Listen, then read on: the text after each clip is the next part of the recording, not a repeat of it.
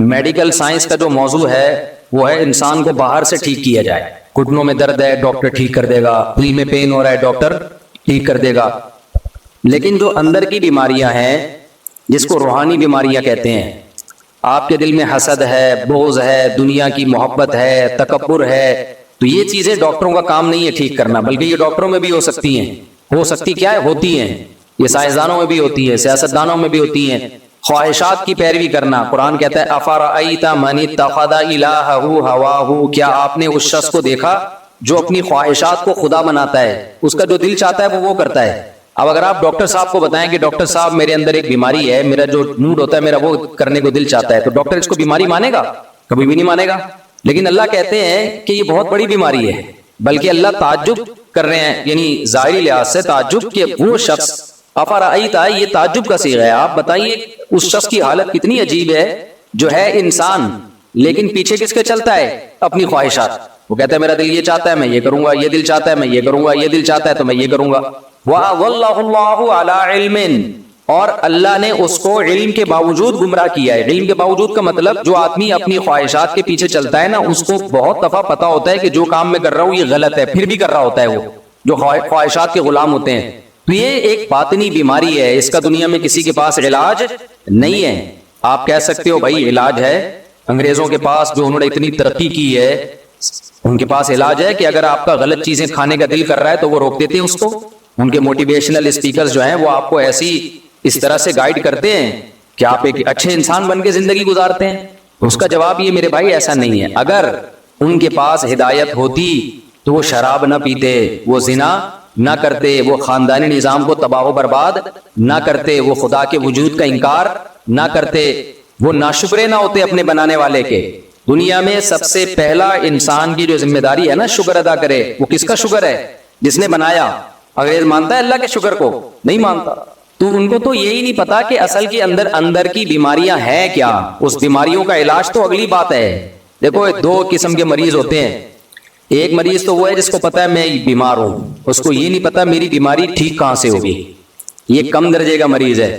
ایک مریض وہ ہے جس بیچارے کو پتا ہی نہیں ہے کہ میں بیمار ہوں, وہ کینسر لے کے گھوم رہا ہے. میں اکثر ایک واقعہ سناتا ہوں, ہمارے ایک ریلیٹیو وہ گئے ڈاکٹر کے پاس, کوئی مسئلہ تھا ان کو ہلکا پھلکا سا, ڈاکٹر نے پورا الٹرا ساؤنڈ ایم آر آئی وغیرہ کرائی تو گردے میں کینسر نکلا.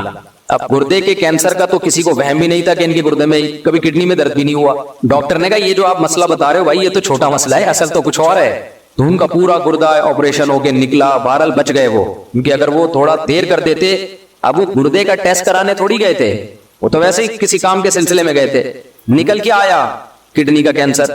تو بعض دفعہ انسان کو جو بیماری ہوتی ہے اس بیماری کا اس کو علم ہوتا ہی نہیں ہے, تو یہ زیادہ بڑی بیماری ہے. میڈیا نہیں برا میرے بھائی, یہ زیادہ بڑی بیماری ہے. یہ چھوٹی جی اچھا پھر صحیح ہے, پھر صحیح. تو یہ چھوٹی بیماری ہے کہ آپ کو اپنی بیماری کا علم ہو, اور یہ بڑی بیماری ہے کہ آپ کو اپنی بیماری کا علم ہے ہی نہیں. تو کافر جو ہے وہ چھوٹا بیمار نہیں ہے, وہ بڑا بیمار ہے, وہ بڑا بیمار ہے. اس کو یہ پتہ ہی نہیں ہے کہ میرے اندر بیماریاں ہیں کیا. ناشکری. قرآن کہتا ہے کافر ان الانسان لربہ کفورا, انسان اپنے رب کا چھوٹا ناشکرا نہیں بہت بڑا ناشکرا ہے. تو آپ وہ ایک بات بتاؤ, شکر گزار اچھا ہوتا ہے, ناشکرا اچھا ہوتا ہے, یا شکر گزار اچھا ہوتا ہے؟ شکر گزار اچھا ہوتا ہے نا. ناشکرا غیر اخلاقی حرکت ہے نا. تو اللہ کہتے ہیں سارے کافر کیا ہیں؟ ناشکرے. اور ہم کہتے ہیں کہ سارے کافر کیا ہیں؟ مسلمانوں سے اچھے. ہم کہہ رہے ہوتے ہیں نا منہ سے, ارے مسلمانوں سے اچھے ہیں, تو اللہ ان کو یہ کیوں کہہ رہا ہے کہ بہت بڑے ناشکرے ہیں؟ یہ وجہ کیا ہے کہ وہ یہ فیصلہ ہی نہیں کر پا رہے ہیں کہ اصل بیماری ہے کیا, غیر اخلاقی کام ہے کیا. انہوں نے خود سے غیر اخلاقی اور اخلاقی کا معیار متعین کر لیا. خود سے زنا کرنے والے کو برا نہیں سمجھتے, وہ ماں باپ کے ساتھ برا سلوک کرنے والے کو برا نہیں سمجھتے, وہ شراب پینے والے کو برا نہیں سمجھتے, وہ اللہ کا انکار کرنا, اللہ کے ساتھ غیروں کو شریک کرنا, اس کو برا نہیں سمجھتے وہ. تو اس لیے اللہ تعالیٰ نے قرآن مجید اس لیے نازل کیا کہ اللہ نے فرمایا فیہ شفاء لما فی الصدور, تمہارے سینوں کے اندر جو بیماریاں چھپی ہوئی ہیں, جو برائیاں چھپی ہوئی ہیں, اس سے شفا صرف اور صرف قرآن سے ملے گی, قرآن کے علاوہ کوئی اور ذریعہ نہیں ہے. تو اب یہ جو میں نے آیت پڑھی ہے نا, اس میں بھی اللہ نے انسان کی اخلاقی بیماری کا تذکرہ کیا کہ ایک بہت بڑا ٹیکنیکل فالٹ انسان میں پایا جاتا ہے ان الانسان خلق ہلوعا اذا مسہ الشر جزوعا واذا مسہ الخیر منوعا. فرمایا بہت بڑا ٹیکنیکل فالٹ یہ ہے, مینوفیکچرنگ فالٹ ہے انسان کے اندر, کہ جب اسے کوئی مصیبت آتی ہے تو یہ اس مصیبت میں بے صبرا ہو جاتا ہے, حالانکہ یہ نہیں دیکھتا کہ یہ مصیبت دی کس نے ہے, اللہ نے. تو جو خدا مصیبت دے سکتا ہے وہ مصیبت ہٹانے پر قدرت رکھتا ہے کہ نہیں رکھتا؟ کیوں نہیں بھائی قدرت رکھتا وہ. تو یہ مایوس ہونا شروع ہو جاتا ہے. تو کافر کے اندر ایک ٹیکنیکل فالٹ کیا ہے؟ مصیبتوں میں کیا ہونا؟ مایوس. دوسروں کو وہ سمجھا رہے ہوں گے مایوسی بری چیز ہے, ان کے ڈاکٹر خود مایوس ہو رہے ہوں گے. میں اس پر ایک چٹکلا مجھے یاد آتا ہے. پہلے ایک ڈاکٹر تھے, بڑے زبردست نفسیاتی ڈاکٹر, وہ خود ڈپریشن میں چلے گئے تھے ایک دفعہ. وہ خود بتا رہے ہیں کہ مجھے خود انہوں نے بتایا کہ میں لوگوں کی ڈپریشن کا علاج کرتا تھا, ایک دفعہ مجھے کوئی ٹینشن ہوئی تو میں ڈپریشن میں چلا گیا, اور کہنے لگا میرا علاج کون کرے گا. تو بھائی ڈاکٹر کے پاس بھی علاج نہیں ہے اس کا. تو مجھے وہ اس پہ ایک چٹکلا یاد آتا ہے. ایک آدمی جو تھا نا, اس کی لاٹری میں 5 کروڑ روپے نکلے. کتنے روپے؟ 5 کروڑ روپے. اب غریب آدمی تھا, اس کو کمپنی جا کے بتا دیتی تمہارا 5 کروڑ روپے نکلا ہے, تو ڈر یہ تھا کہ خوشی سے مر نہ جائے گی. بھائی ایک دم بتا دیں گے تمہارے. اس نے تو چلتے ہوئے کوئی لاٹری ایسی خرید لی کہ یار 5 روپے کی مل رہی ہے, نکل کتنے آئے؟ 5 کروڑ. اس کو کمپنی کو ڈر یہ تھا کہ ہم نے اس کو بتایا نا تمہارے 5 کروڑ نکلے ہیں, تو یہ خوشی سے کیا ہو جائے گا؟ مر نہ جائے. تو کمپنی نے ایک ڈاکٹر, ایک نفسیاتی, جو نفسیات کا علم, نفسیاتی ڈاکٹر کہنا نہیں چاہیے, وہ ڈاکٹر ہی نفسیاتی ہے تو پھر وہ کیا علاج کرے گا. ایک ڈاکٹر نے مجھے کہا یار ہم نفسیاتی ڈاکٹر تھوڑی ہیں, ہم تو بالکل نارمل ڈاکٹر ہیں. نفسیاتی تو اسے کہتے ہیں خود پاگل ہو چکا ہوں نا. نفسیات کا علاج کرنے والے ڈاکٹر, سائیکولوجسٹ, سائیکیٹرسٹ تو میڈیسن وغیرہ کے ذریعے کرتا ہے, وہ بھی ٹھیک ہے, چلو ہمیں ابھی کوئی. تو ڈاکٹر کو ہائر کیا کہ اس کو جا کے تم نے بتانا کہ 5 کروڑ روپے نکلے ہیں, لیکن اس طرح سے بتانا کہ یہ مر نہ جائے کہیں خوشی سے. ڈاکٹر نے کہا, تو بھی غریب ڈاکٹر تھا, اس نے کہا کوئی مسئلہ نہیں ہے. ڈاکٹر گیا اس کے پاس آرام آرام سے بتانے کے لیے. کہتے دیکھو تمہارے نا 5 لاکھ روپے نکلے ہیں, تو میں تمہیں 5 لاکھ روپے دوں گا, لاٹری میں 5 لاکھ روپے نکلے, تو تم کیا کرو گے اس 5 لاکھ کا؟ اس نے کہا یار زبردست, یہ تو بڑا زبردست ہے, میں 5 لاکھ روپے کا یہ بناؤں گا, یہ بناؤں گا, عمرہ کروں گا, فلانا کروں گا, ڈمکانا کروں گا. اچھا. کہہ رہے نہیں ایکچولی تمہارے 10 لاکھ روپے نکلے ہیں. آہستہ آہستہ اس کو عادی بنا رہا ہے.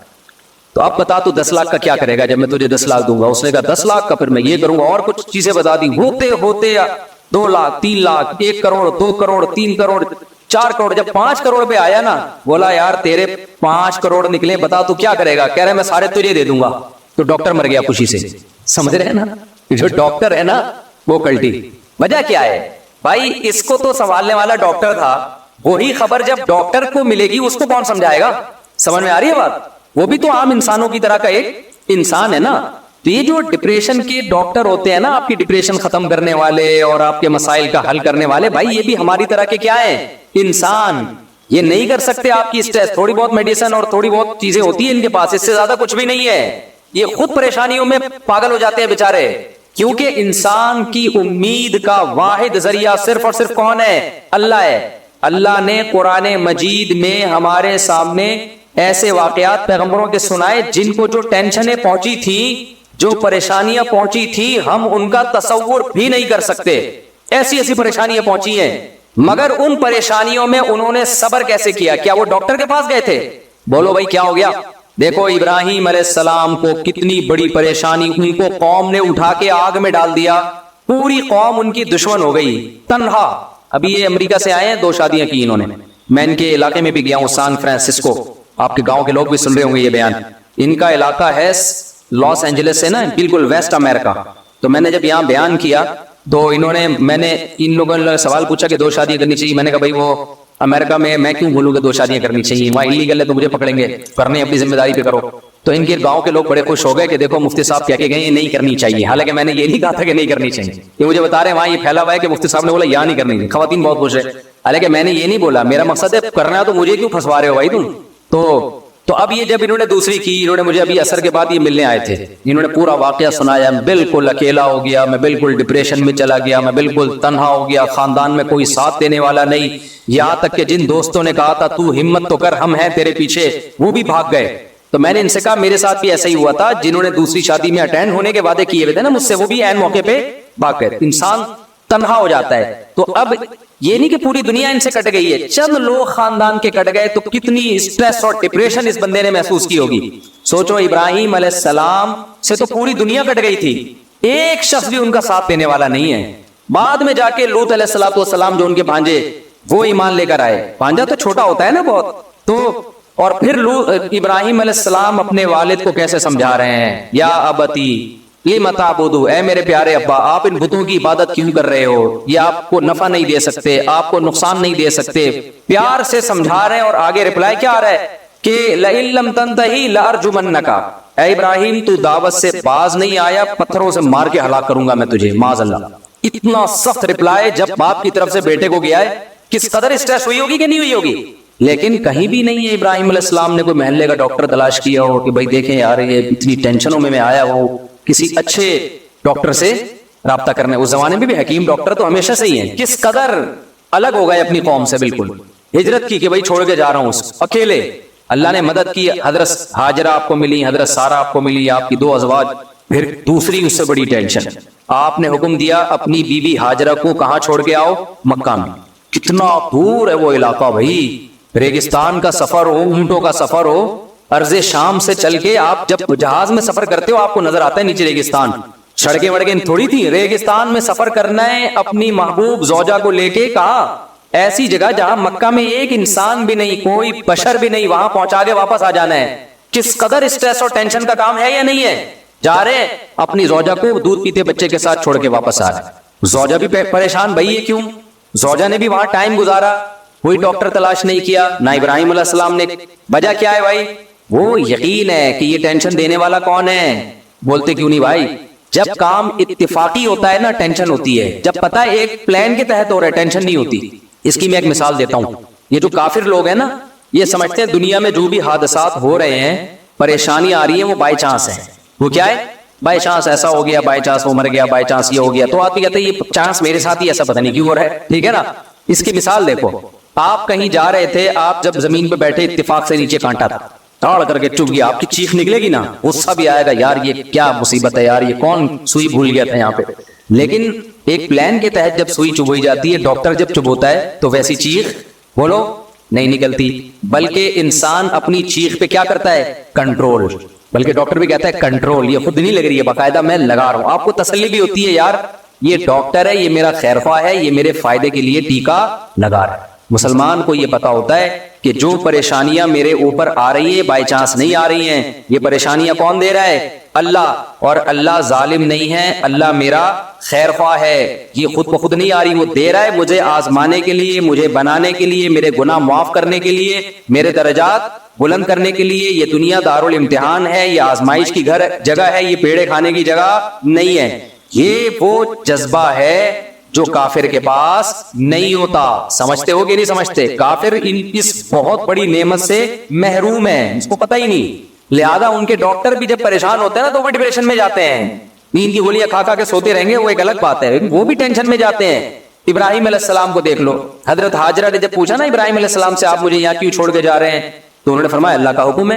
فرمایا بخاری کی حدیث ہے, اذا لا یضیعنا, اگر یہ اللہ کا آرڈر ہے پھر اللہ ہمیں کبھی بھی ضائع نہیں کرے گا. جب اللہ کی طرف سے کوئی پریشانی آتی ہے تو اللہ نقصان پہنچانے کے لیے وہ پریشانی نہیں دے رہا ہوتا. یعقوب علیہ السلام کو دیکھ لو, قرآن میں واقعات بھرے ہوئے. یونس علیہ السلام مچھلی کے پیٹ میں گئے, وہاں انہوں نے اللہ کو یاد کیا. تو میرے بھائی جس کی زندگی میں اللہ ان ہوگا اس کی زندگی ڈپریشن اور پریشانیوں سے پاک ہوگی. جس کی زندگی میں اللہ نہیں ہے وہ ٹینشن دور کرنے کے لیے گٹکے بھی کھائے گا, وہ ٹینشن دور کرنے کے لیے شراب بھی پیے گا, وہ ٹینشن دور کرنے کے لیے چرس بھی, بولتے کیوں نہیں, پیے گا, وہ ٹینشن دور کرنے کے لیے زنا بھی کرے گا, وہ ٹینشن دور کرنے کے لیے مار دھاڑ بھی کرے گا. بعض دفعہ ڈپریشن میں ہوتا ہے اٹھا اٹھا کے سر مار رہا ہوتا ہے دیواروں سے, کیونکہ اس کے پاس کوئی حل ہی نہیں ہے اس کا. تو کافر یہ سارے کام کرتا ہے لیکن پھر بھی بہت نیک بنا ہوا ہے. آئیے ہمارے پاس ہے ڈپریشن کا علاج, آئیے ہمارے پاس ہے ٹینشن کا علاج. بھائی تمہارے پاس ٹینشن کا علاج ہوتا, نشہ سب سے زیادہ تمہارے ملکوں میں نہ ہوتا, شراب سب سے زیادہ تمہارے ملکوں میں نہ ہوتی. تو مسلمان بڑی بڑی پریشانیاں اٹھا کے بھی خوش رہ سکتا ہے, کافر چھوٹی سی پریشانی میں بھی خوش نہیں رہ سکتا. تو میں یہ عرض کر رہا تھا کہ اخلاقیات انسان کو اندر سے انسان کا بچہ بنانا, اندر سے یہ ٹھیک ہو جائے, یہ قرآن کے علاوہ کسی کے بس میں نہیں ہے. تو اس یہاں ہی اللہ نے فرمایا ان الانسان خلق ہلوعا، انسان جلد باز ہے، اذا مسہ الشر جزوعا، جب اس کو کوئی مصیبت پہنچتی ہے چیخنے چلانے لگتا ہے، بے صبری کا مظاہرہ کرتا ہے، واذا مسہ الخیر منوعا، جب خوشی پہنچتی ہے اترانے لگتا ہے، کنجوس بن جاتا ہے۔ تو آگے اللہ نے کیا فرمایا؟ الا المصلین، فرمایا کچھ بندے ایسے ہیں جو مجھ پر اعتماد اور توکل کرتے ہیں، میں ان کی زندگی میں ان ہوں۔ تو جس کی زندگی میں اللہ ہے اسے یقین ہے کہ پریشانی کون دے رہا ہے؟ اللہ۔ دور کون کرے گا؟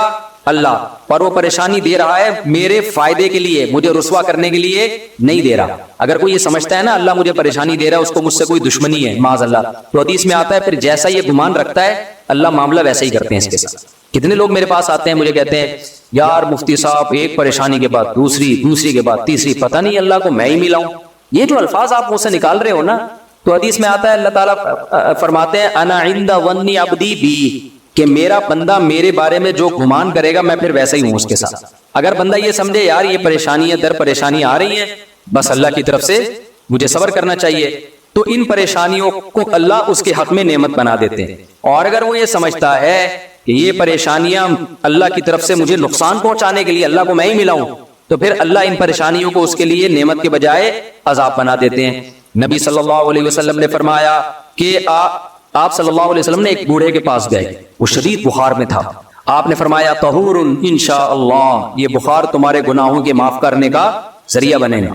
نبی نے فرمایا کہ جس شخص کو بخار ہوتا ہے نا، جو بخار کی گرمی یہ جہنم کی آگ کی گرمی کو کم کرتی ہے، جو جہنم کی آگ کا حصہ ہے نا جو اس کو آخرت میں ملنا تھا، اللہ بخار کی شکل میں دنیا میں دیتے ہیں اس کو، اور یہ بہت تھوڑے میں بہت بڑا عذاب اس سے ہٹا دیتے ہیں۔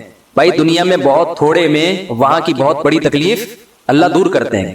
یہاں بہت تھوڑا ہوگا وہاں بہت زیادہ ہوگا، اللہ کہتے ہیں وہاں کے بجائے یہاں تھوڑا دے دو تاکہ وہاں کے زیادہ سے بچ جائے۔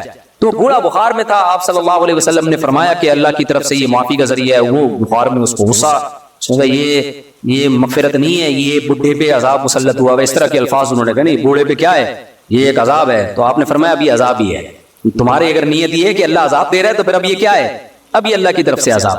تو اللہ نے فرمایا کہ جن لوگوں کی زندگی میں اللہ ہے تو وہ جلد باز نہیں ہوتے، مصیبتوں میں صبر کرتے ہیں، خوشیوں میں اللہ کا شکر کرتے ہیں۔ لیکن جن کی زندگیوں میں اللہ ہے ان کی علامتیں کیا ہیں؟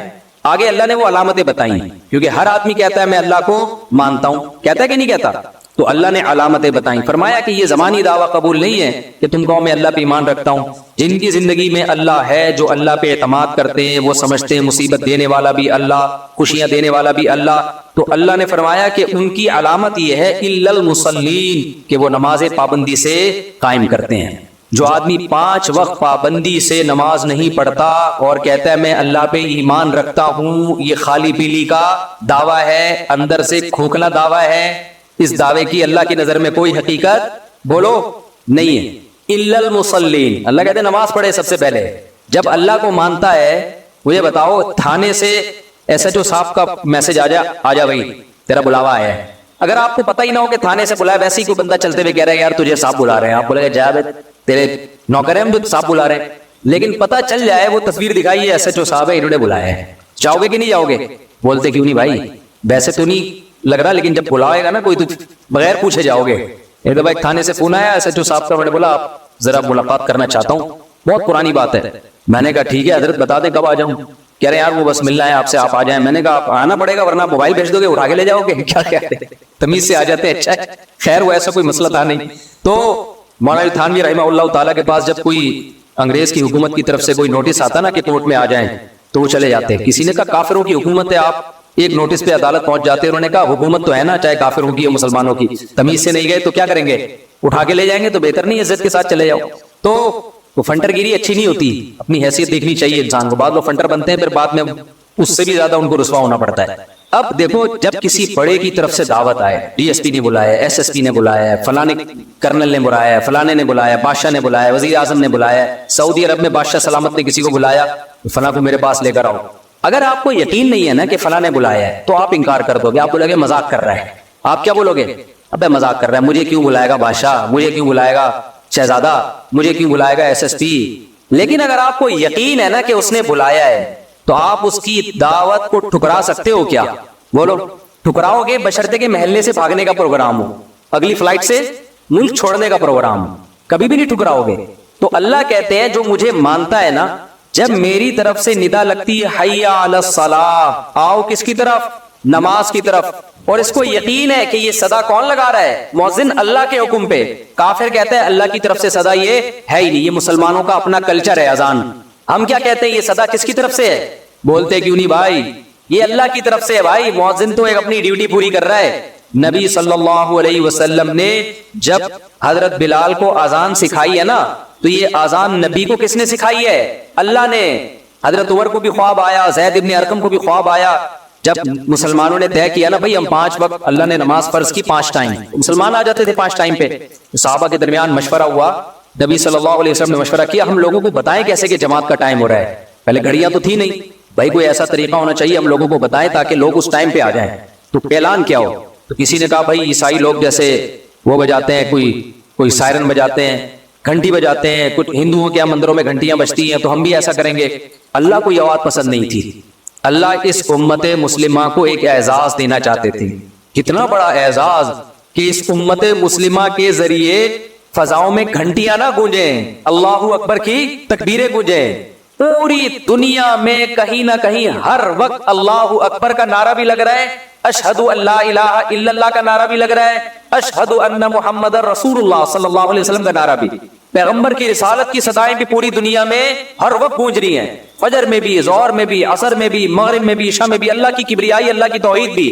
اللہ یہ چاہتے تھے اس امت مسلمہ کو اعزاز دینا، تو اللہ نے حضرت عمر کو بھی خواب دکھایا، حضرت زید ابن ارقم کو بھی۔ یہ دونوں نبی کی خدمت میں گئے، بتایا، آپ نے فرمایا، حدیث کا مفہوم بیان کر رہا ہوں، یہ کس کی طرف سے ہے؟ اللہ کی طرف سے۔ اللہ ہمیں بتا رہا ہے کہ نماز کے لیے جب تم نے لوگوں کو بلانا ہے، گھنٹیاں نہیں بجانی اور نہ سائرن بجانے ہیں، تم نے کیا کرنا ہے؟ صدائیں بلند کرنی ہے، اللہ اکبر اللہ اکبر۔